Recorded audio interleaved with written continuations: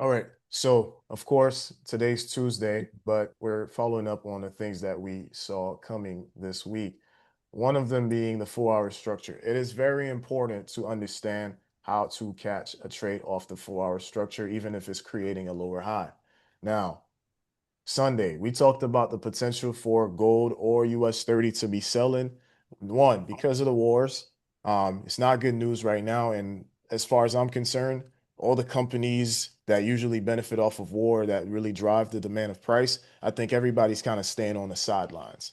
Number two, um, it's always about context. We don't know for sure if something's going to play out unless we have the confirmations. For example, this is what I mean. We saw Monday. Let's start from Sunday. The market sold off here, bounced off of the 4 hour low, and we knew by Sunday evening price could buy just to retrace back to make a lower high. Now, inside the internal structure is how usually you can catch a buy trade off the beginning of the week. Can't even lie to you. Sunday and Mondays are starting to become like some of the best trade opportunity hours off the strength that the market literally comes back down to retest last week's low. And in Asia, you watch out for a break and retest on the M15 coming from the H1 first and foremost, making sure the market does retest them lows. And a break and retest following up in the next session, for example, will be an opportunity to take a really nice trade. All right, so right here with gold, we saw a break and retest here. And Asia took off, pulled back in, and then they took off again. We had another opportunity in London, which brought it back to Friday's highs or Thursday's highs. Usually that's like the play for Sunday night, Monday. Now, come around Monday, Tuesday, right? If we're anticipating that the market's still going to play within the 4 hour range, on a Monday, you might see price attempt to buy, but just because you do catch a trade like this, guess what? Keep your eye on the left towards the previous session highs, aka London highs, because the market literally could just make it to London highs. If you don't exit, now you're dealing with a bearish market because it has made it to the 4 hour highs. Got to be careful. All right. So playing within the ranges, knowing where to exit, where to enter is super, super important. The next day, however, if we're still respecting that 4 hour high, still respecting yesterday's price action, that's when you know the confirmation tells you, okay, not only did you anticipate the sell, but the sell is really going to play out. Why? Because now we notice that price came to retest the area twice up here. But the context is what session is it going to do that? Is it going to be London or New York? That's why lately it's like you might anticipate the trade, but showing up in the right session and kind of giving yourself a heads up or waking up sooner, it can be an edge. This setup right here, we knew it was going to happen, but I wasn't up at 5 in the morning. But a break in retest off the zone is going to confirm that not only did they reject that area, but it confirms that we are indeed going to sell. So showing up into the new session, New York, another break in retest, I'm in there. I'm in there. All right. Lastly, where are you targeting? You're targeting your Asia lows. You're targeting your previous session lows because the last thing you don't want to get caught up into is an area where there's like mad rejection, right? The area of demand full of rejection candles. What does that mean?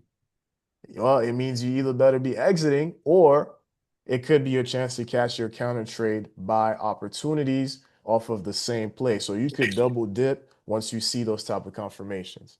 As I've told you guys before, like I don't just go into a trade scalping just because the market's moving. No, I'm waiting for specific conditions where in a situation like that where we just caught the sell, but as soon as we see that price is making it to the area of rejection, on the 1 hour or the 4 hour, we know that there's a high chance that there could be a reversal. There could be a counter trade by opportunity to where we drop down to the 1 or the 3 and we put a stop loss right below that rejection area for our counter trade by And hey, you'd be surprised to see the sell that you missed is ending up being like the beautiful buy opportunity that you still call anyway in the same session, and you're done for the day. You good. Now that to me is a much better scalp opportunity where everything makes sense and you have context behind why you're taking the trade. Does that make sense, guys? Yes. That was a good clip. This one I could definitely use.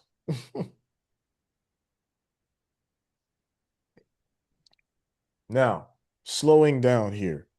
Just because it sounds good doesn't mean it makes sense and is applicable to those who, are on a webinar right now who never really saw it that way. D, for example, do you see this being a valid reason why like you would have taken a counter buy?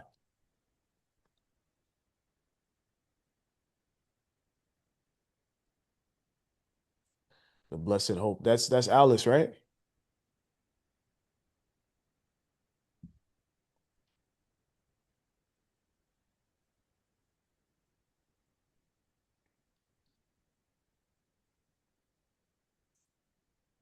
Robert, Mr. Akers. For the waffle. Go and sit down and eat it. Yes, go ahead. Did that make sense for you, brother? Yes. Would you understand why you would take a trade like that in real time?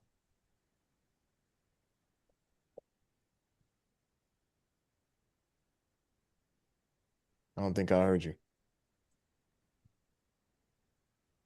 You talking about the counter trend trade? Yeah, yeah. Yeah.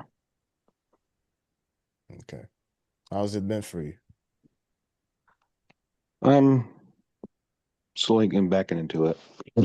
No, I hear you, bro. It's not been easy. Well, usually I work from 6 to 2 p.m., so it's hard to trade. Okay, okay, okay, okay. Yeah. And you got to be up and ready to go. Right.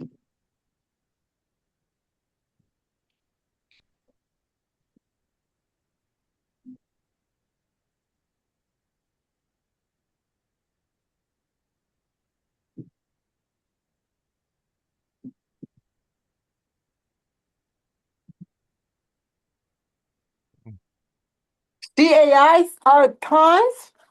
Wow, that's crazy. How you know? Oh, you just saw the message? Yeah, I just saw it popped up on my screen. I was just looking at my phone popped up on my screen. Listen, I usually get, all right, let me start recording. Hold on. This is a content day.